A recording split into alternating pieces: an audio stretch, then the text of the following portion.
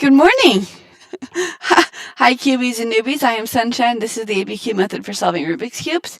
I've been delinquent for this last week. I've had some technical issues and then I've had some sleep issues. So, I am Sunshine. This is the ABCube method. I've already done the corners on this one. No matter which cube you have in your hand, no matter how big it is, as long as it's n by n by n, meaning that it's a cube, this method will solve it. It's the easiest method to learn for solving every complexity Rubik's Cube because it only uses two patterns. They are commutators. Commutators. Formula A is 4 moves. Formula B is 8 moves right there. And that's all you need. Formula A brings a piece to the top. Formula B moves 3 pieces around. Okay. I was going to start with this one, but I've already got the corners done on this one. So let me do the corners on another one to show you how it's done. Okay. Every cube you have has 8 corners. Pick a corner. Okay. Every corner has 3 colors. Hello, Grisbardkim. Thanks for being here. Thank you for welcoming me back. Okay. Every corner has 3 colors. Pick a color. I always start with yellow. I don't know how much days. Yeah, I was gone. But I'm back. Did I tell you about I did my first cubing convention, my first cubing competition, and that was way fun. Okay, so pick a corner. Pick a color. I start with yellow. I hold the cube in my hand as if it's and where the corner that I've selected is the active color on top under my left thumb. I look at the front of the cube as if it's a spreadsheet with rows and columns, and the formula A, you look at the front of the face, and then the arrow represents the slice that you move, and the column represents everything else. So all we're using is just commutators. It's not a speed solve method, but so this yellow is correct because this cube is correct because that's the one I selected and I'm that powerful. So are you. So I'm going to look at this cube and see if there's a yellow on it anywhere. If there's a yellow on it anywhere and it's not on the top, formula A will bring it to the top. So bottom row, right column, out, down, in, up. Okay. And keep going until the yellow's on top. Okay. Pause. This cube we've been protecting. Now we're looking at this cube. This one's correct, so we're going to slide the top so that this is over under my left thumb, and I can protect this one now. So if there's a yellow anywhere on this corner, formula A will bring it to the top.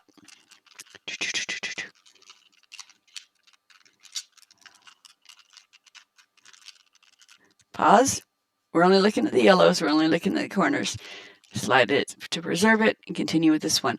Now, if there's a yellow anywhere on this corner or this corner, A will bring it to the top. But if there's not, I have to rotate the bottom by quarter turns until there is a yellow in one of these 2 corners. And then again, formula A. Okay, so formula A will bring a piece to the top. Corner, any face on the first face, formula A will bring it to the top.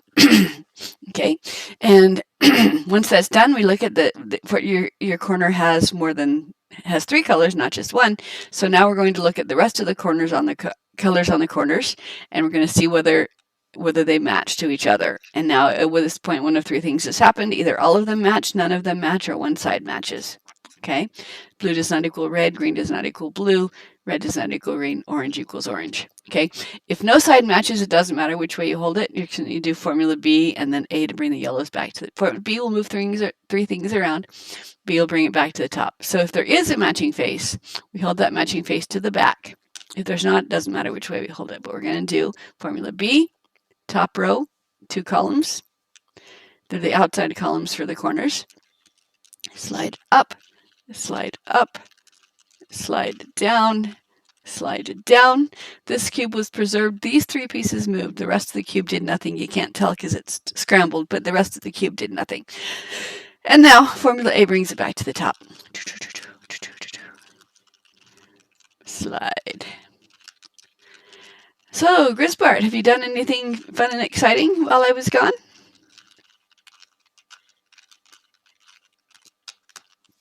Okay. Yellow, formula B moved 3 pieces around. Formula A brings it back to the top. when the first 4 corners are done, you put them face down, and you work on the second 4 corners.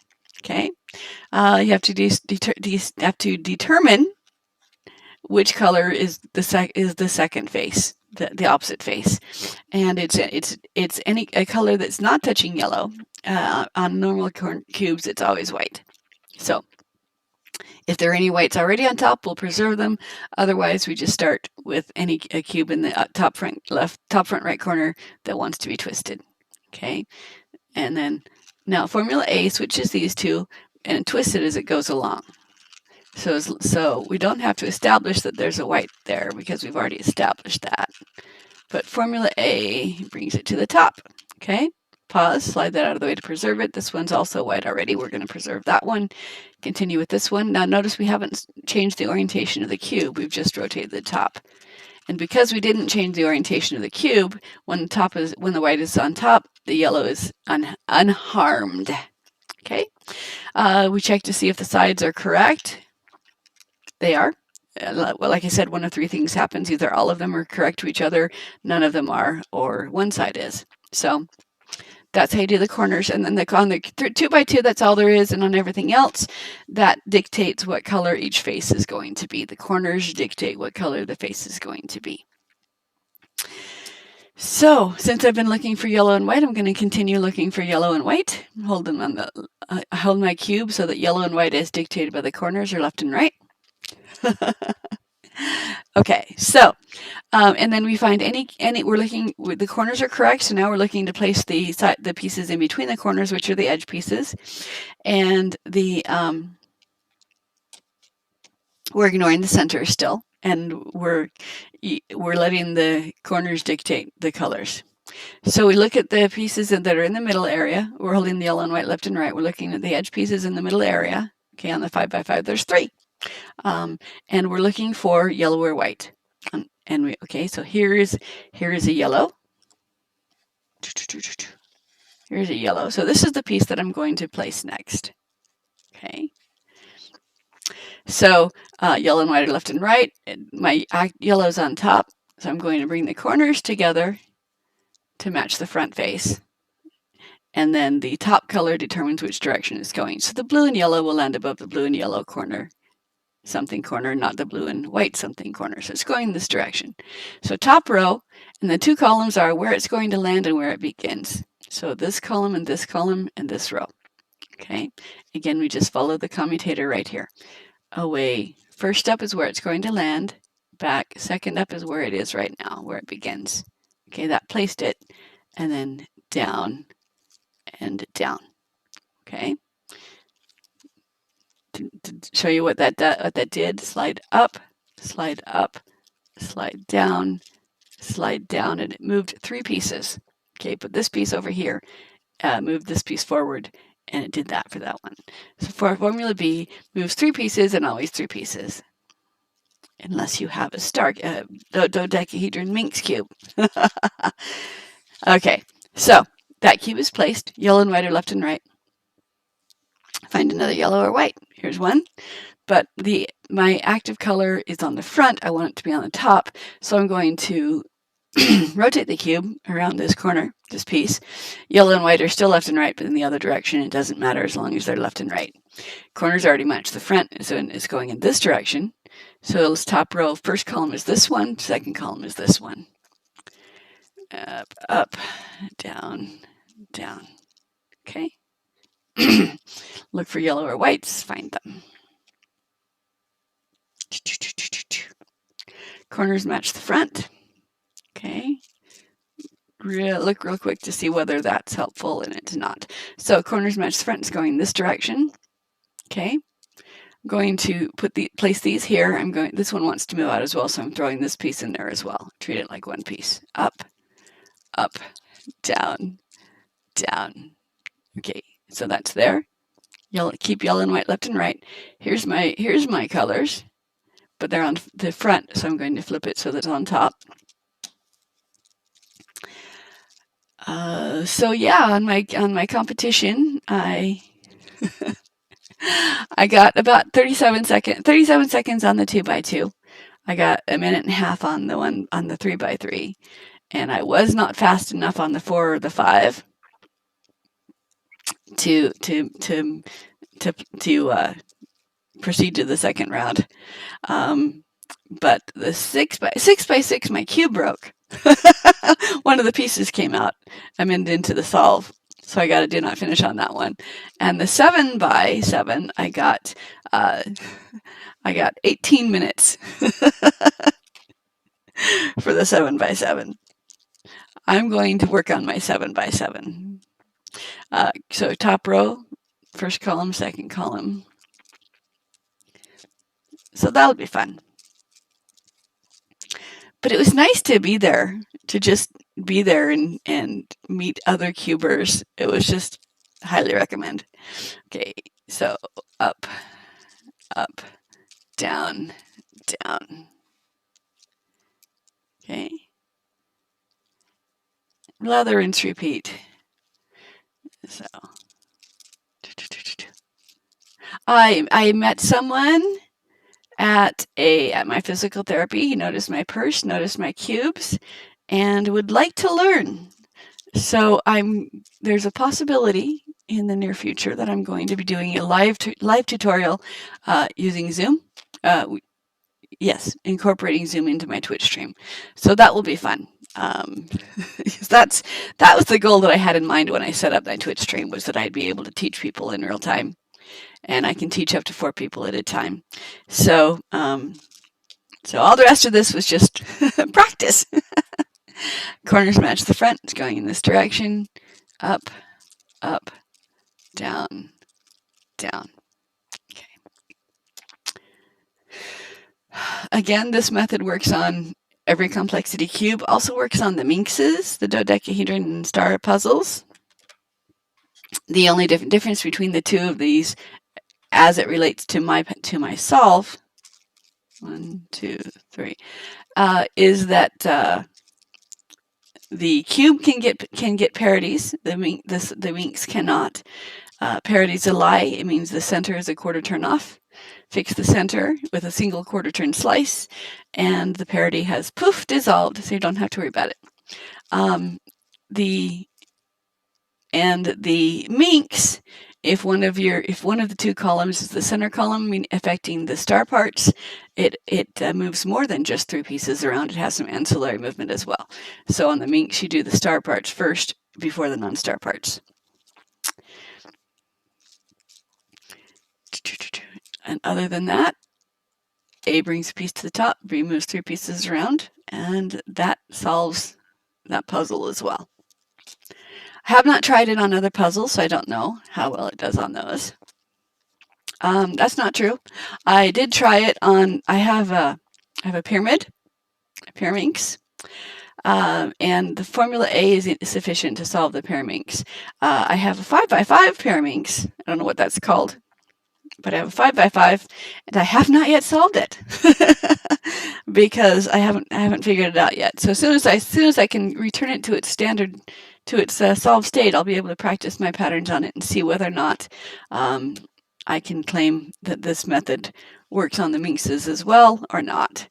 So if anyone knows how to solve the 5 by 5 minx and wants to teach me, I'm having a devil of a time trying to follow the tutorials online.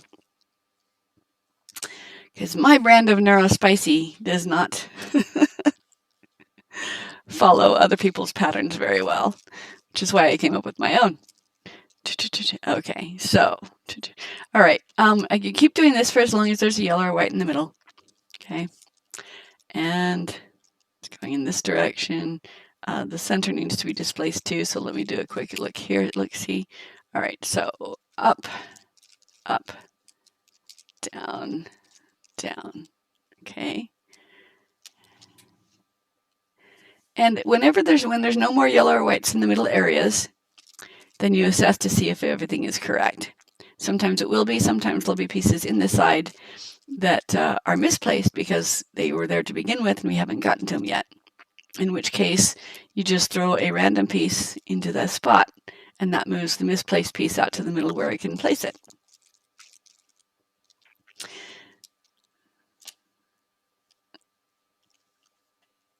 Yellow and white are left and right. Active color on top. Corners match the front. and it's going in this direction. All right.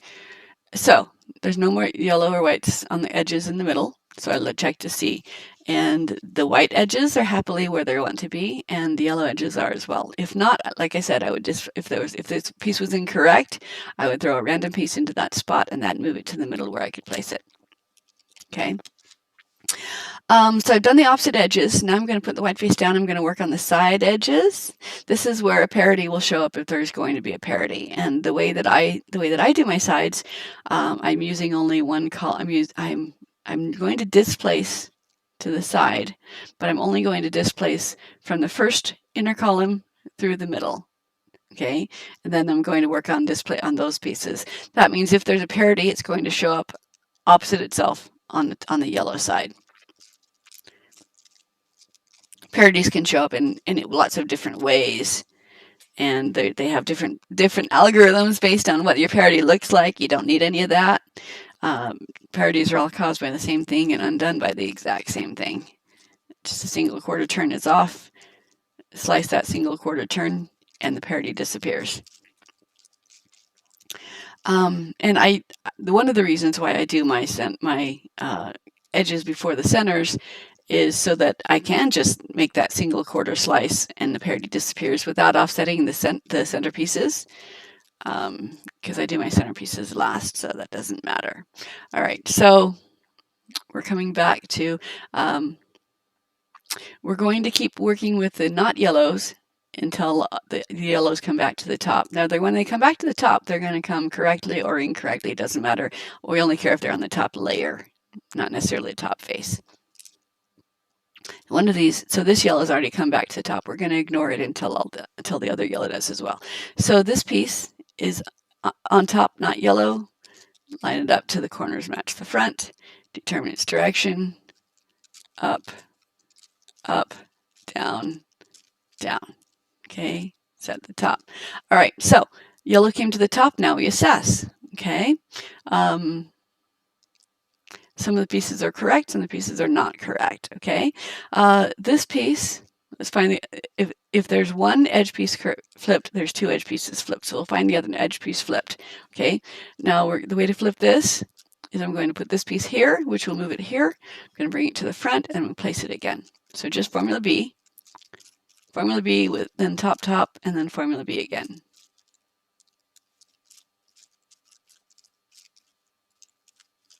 Okay.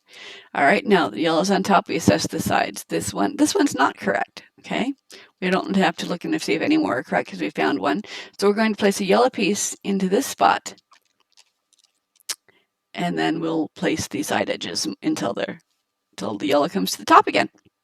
So up, and then this is the piece that we're going to displace. And then we keep working with piece on top that's not yellow until the yellows come to the top again, but with just Formula B.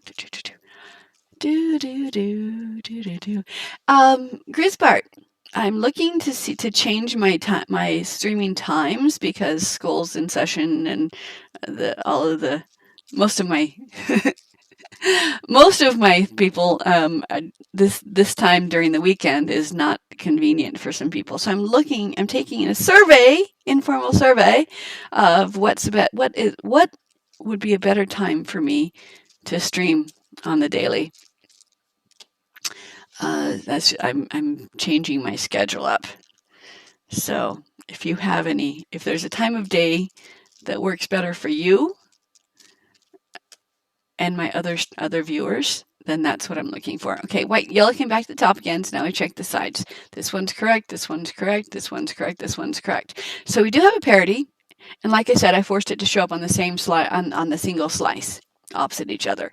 Parities can look like this, or usually parities are side by side, because most people pair up their sides before they do in their part of the reduction method. So with the parity, this parity tells me which slice is a quarter turn off. So I'm going to move this parity piece down to the side, and where it lands will be the slice I'm going to rotate. Okay, so this slice, I'm going to rotate it a quarter turn, either direction, doesn't matter. And then I'm going to continue placing the non-yellow pieces. And when the yellow comes back to the top again, the parity is poof disappeared. So you don't need to memorize parity algorithms if all you care about is solving the cube. If you care about speed, then maybe you do want to learn the parity algorithms, because you're in the process in the pattern of doing the centers first, and when it's doing the single slice means you have to redo those centers. However, if you do the centers last, that's no longer an issue. And my understanding is that it's probably the same. So there we go. Parity's gone. Corners are done, edges are done, so now I have a cage. All that's left is the centers. And like I said, you can do formula A. Let me hold on here. Use formula A to get the entirety of the first face if you want. So there's a bunch of yellows here, whites here on the bottom. So I'm going to do formula A to do boxes. Okay, that brings the whites mostly out. Okay, and then I'm going to do A again to put my boxes back where they belong. My centers back where they belong. All right, so here's some whites. They want to go up here. Formula A moves the piece out of the way, moves the space down, and moves the piece into the space, and the piece in the space back up again. Okay. Usually, when it's done on the bottom row in the right column, it moves corners. When it's done on the middle column, it moves the centers. So out, down, in, up. Okay. Here's another one. Out, down, in, up. Okay. Here's another one. In to where it wants to be, fix the center. Here's another one. Out, down, in, up, and down, in, up. Okay. So it works on the entirety of the first face. Here's another one. Just gonna do that. Okay, so it works. A works on the first face. A does not work on the subsequent faces because A affects all 6 sides at the same time. So then, you just pick a piece that's wrong, throw it in the direction it wants to be, keep going, roll out of the rinse, repeat, keep going. Okay, so here's these oranges want to come down, so I'm going to work with this piece, putting it right there. Okay, so I go up, slide to a different column, second up, reverse down, and from this point forward, it's just formula B. Okay. So here's a green, here's a yellow, orange to bring down, up, up, down, down. Okay. I can bring these yellow down, but I don't want to bring the blues up to the greens. So I'm going to look at different faces. Here's a okay. Here's a blue to the red side, up, up, down, down. Here's a blue to the red side. I want to bring this green down, so I'm going to treat these as one piece. Up, up, down, down. Okay. Move these greens to the green side. Okay, by moving the other pieces up, up, up, down, down. Okay. Move these yellows up to here, brings them down.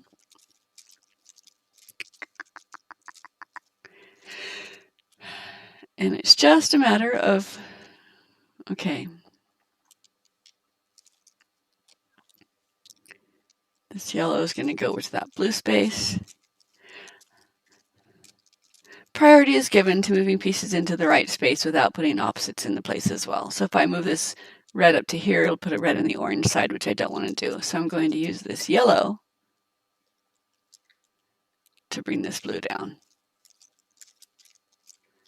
And it's just formula B. Parity. Algorithm, not parity. Commutator. Okay. Here's a blue to this red. Up. Slide to a different column. Second up. Reverse. And we're doing well. All right, I don't want to move the orange to the green, so at this point in time, I'll move to the yellow side. Here's some reds. Up, up, down, down. Yay, here's another red. Okay. Up, up, down, down. Okay. To the greens, up, up, down, down. If I get like really, really good at the speed solving, up, then I would really love to go to a competition and instead of solving the cube, solve it into my pattern instead, so it's pretty. I know it would be a do not finish, but I think it would be cool to do my pattern in a competition. That just seems like it would be fun for me. Bit of a show off.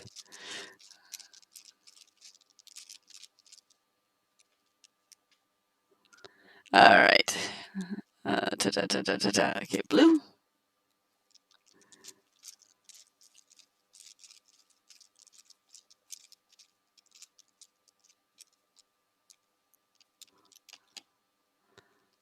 All right, orange.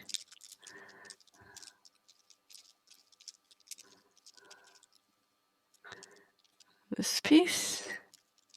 Up, up, down, down. And last piece. Thank you for joining me today. I hope you had fun. I hope you have fun with me.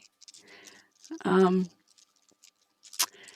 me your non-cuber friends if you want to, and I can teach them. In the meantime, thanks for giving me part of your Saturday. I appreciate it. And go have a great day. Be nice to yourself. Walk in the sunshine. Drink some water. And I will be back next week. I haven't figured out what my schedule is going to be, though. So I'll be back when I'm back. Bye.